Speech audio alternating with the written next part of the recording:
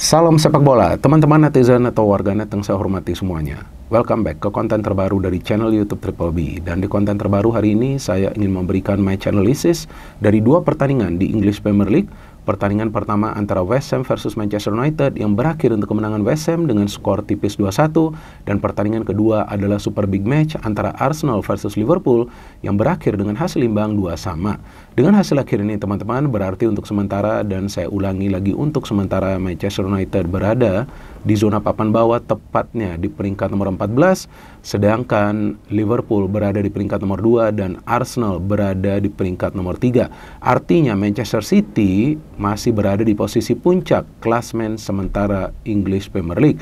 Tapi jujur teman-teman, saya tidak pernah menyangka bahwa di awal musim ini Manchester United sudah mulai sulit untuk meraih kemenangan secara konsisten.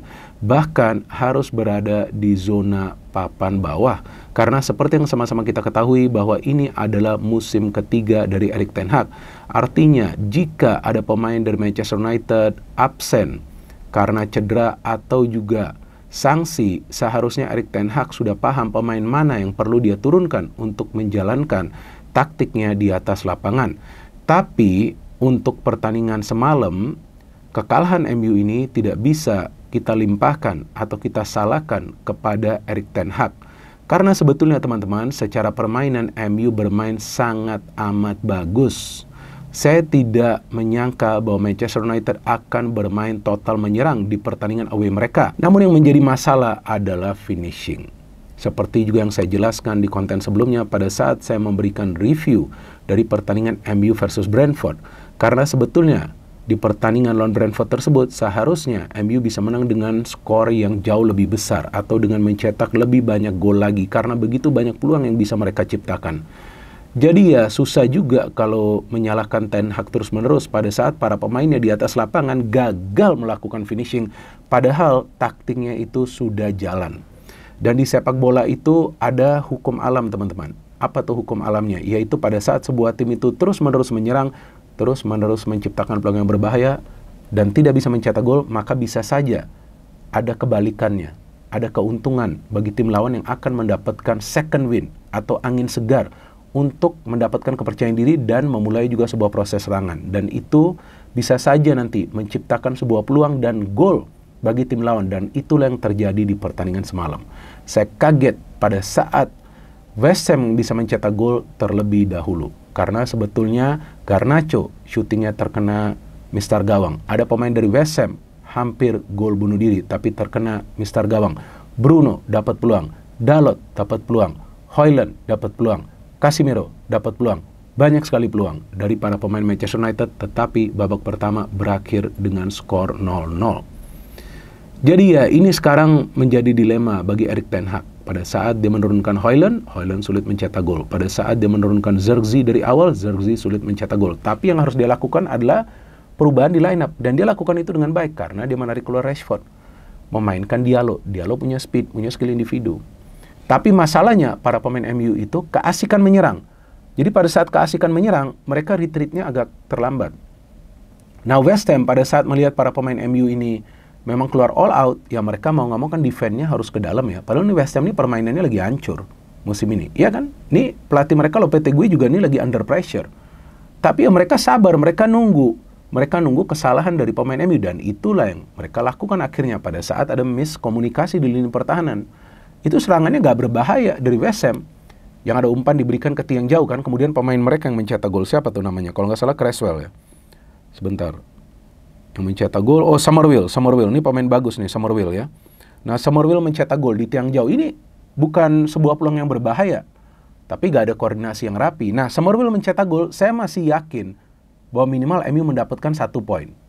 Karena cara bermain MU ini bagus sekali, dan Erik ten Hag, atau yang paling keras lah ya, tapi kali ini dia gak keras kepala, karena dia lihat pertama dia menarik keluar Rashford, memainkan Diallo, dan dia menarik keluar Eriksen, memainkan Zirkzee untuk menambah jumlah penyerang di depan. Tapi yang mencetak gol justru adalah Casemiro. Padahal Casemiro ini kan sempat juga dicadangin karena kesalahan lawan Liverpool. Dan karena memang ada beberapa pemain yang cedera, maka starting lineup diisi kembali oleh Christian Eriksen dan juga Casemiro. Tapi permainan MU sebetulnya nggak buruk-buruk amat kan. Artinya ya nggak fair juga jika menyalahkan Erik ten Hag. Dan dia juga sudah melakukan segalanya dengan memainkan juga kemudian Joshua Zirkzee. Dan kemudian memang MU mencetak gol pada saat ada umpan dari Diallo, kemudian bola tertuju kepada Zirkzee, saya lupa ya di tiang jauh itu ada pemain MU yang mana, kemudian ke Zirkzee, Zirkzee memberikan umpan dengan kepalanya ke Casemiro dan Casemiro bisa mencetak gol. Nah, saya feeling ini sudah satu sama MU pasti go for a win dan MU memang menyerang. Tapi saya kaget kemudian, kok tiba-tiba ada penalti bagi West Ham karena pada saat kejadian itu ya di real time, artinya pada saat kejadian secara permainan itu ya, pada saat memang lagi bermain kedua tim bukan dari replay, saya gak melihat ada pelanggaran dan wasit juga sebetulnya tidak menunjukkan titik putih, tapi ternyata ada intervensi dari ruang VAR. Nah ini aneh sih. Dan kalau kita lihat di replay, oke lah, kalaupun ada kontak, ya itu kontak artinya tabrakan 50-50. Tapi ternyata penalti bagi West Ham. Dan Bowen yang bisa mencetak gol dari penalti tersebut kan. Nah, Bowen ini memang pemain yang bagus ya. Bowen ini memang adalah salah satu pemain yang banyak mencetak gol lah ya bagi West Ham. Dan sudah injury time ya, sudah sulit lah MU untuk bisa comeback walaupun ada peluang lagi tuh. Kalau nggak salah dari Zirkzee juga ya. Jadi ya, saya pikir berat juga bagi Erik ten Hag ya, pada saat para pemainnya sudah bermain all out, tapi tampaknya ya nasib baik tidak berpihak kepada Erik ten Hag. Tapi saya pikir tetap akan ada evaluasi lah dari manajemen MU untuk bisa memperbaiki sistem permainan dari MU agar para pemain bisa melakukan finishing. Dan sekarang saya ingin membahas pertandingan kedua antara Arsenal versus Liverpool yang berakhir dengan hasil imbang 2 sama. Seharusnya Arsenal bisa menang di match ini. Ya, walaupun mereka tidak full tim kan, karena ada Odegaard yang cedera, Saka sebetulnya tidak 100% fit, kemudian Saliba juga tidak bisa bermain, ya kan, bahkan di back kanan tuh yang bermain adalah Partey, Ben White bermain di back tengah, tapi Liverpool is Liverpool, musim ini mereka bermain tanpa beban, mereka bermain enjoy permainan, dan mereka juga sebetulnya bermain sepak bola defend and counter, karena gol-gol yang dicetak oleh Liverpool musim ini lebih dari 60% mereka hasilkan melalui sistem counter attacking mereka. Dan itu yang coba mereka praktekkan lagi di pertandingan semalam. Dan Arsenal memang keluar all out, mereka bisa mencetak gol lebih dulu dari Saka. Kalau gak ada Saka sih habis nih Arsenal. What a goal. Dan setelah itu juga mereka tetap gaspol, tapi Liverpool ini ya itulah. Liverpool ini memang tim yang bisa mendapatkan peluang dalam kesulitan apapun lah ya. Dalam kesulitan apapun nih Liverpool akan bisa mendapatkan peluang. Dan mereka bisa mencetak gol itu dari corner, saya kaget loh. Padahal Arsenal itu kan defender cornernya kan bagus kan. Tapi disitulah kita lihat ada Van Dijk yang bisa mencetak gol di tengah para pemain Arsenal. Nah, menandakan bahwa absennya Saliba nih ya berpengaruh banget ya dalam sistem bertahannya Arsenal. Tapi Arsenal kan gak give up. Mereka bisa mencetak gol juga dari situasi set piece, bagus sekali. Gol dari Merino dicek cukup lama dari ruang VAR. Ngapain dicek cukup lama? Kita sudah bisa melihat kok itu gak offside kok. Ada Van Dijk punya tangan kok yang buat dia onside. Memang ada pemain lain yang offside, tapi bukan Merino. Oke lah, 2-1 bagi Arsenal. Nah, saya bingung kenapa babak kedua Arsenal bermain bertahan setelah unggul. Itulah yang memberikan Liverpool untuk nyerang, apalagi Szoboszlai yang dimainkan kan. Di awal babak kedua itu kan saya siaran di SCTV kan saya jelaskan ini harus ada perubahan di lini tengah Liverpool karena pressingnya gak bagus, untuk menyerang pun nggak ada pemain yang bisa backup tuh para pemain di depan. Tapi justru para pemain Arsenal defend, belum lagi kemudian Gabriel cedera ya. Jadi tuh backline Arsenal tuh kemarin ya gak diisi oleh pemain-pemain andalan mereka lah di posisi terbaiknya. Partey di babak kedua tuh dilewatin terus sama Luis Diaz. Aduh, ngeri banget nih Partey. Babak pertama bagus. Tapi ya anyway, Liverpool memang yang ngincar itu gol ya. Dan sepertinya mereka memang ngincar, ya udah kalau bisa dapat hasil draw ya lebih baik. Dan itu kalau nggak salah bolanya dari Trent luar biasa ke Nunes. Nunes bisa memberikan umpan dan Salah kembali mencetak gol. Gila loh, dia selalu mencetak gol loh lawan Arsenal. Hebat banget nih pemainnya. 2-2, ya sebetulnya Arsenal setelah itu menaikkan tempo lagi sih, mau nyerang lagi, tapi kan sudah terlambat. Kenapa bertahan langsung, ya kan? Dan sebetulnya Arsenal tuh sudah mencetak gol loh dari Jesus. Nah, ini yang saya bingung lagi. Kok dianulir golnya? Nah, mungkin juga karena dianggap Havertz melanggar Konate, tapi itu juga menurut saya 50-50.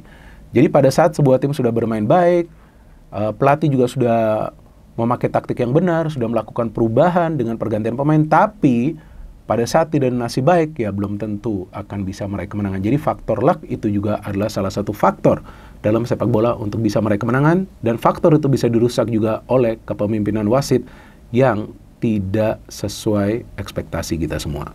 Jadi teman-teman, saya harapkan yang merupakan fan dari Manchester United tetap semangat, dan saya juga sebagai fan dari Arsenal masih tetap semangat, dan fan dari Liverpool juga semangat, walaupun MU masih jauh dari persaingan di papan atas, tapi dengan cara bermain mereka punya harapan.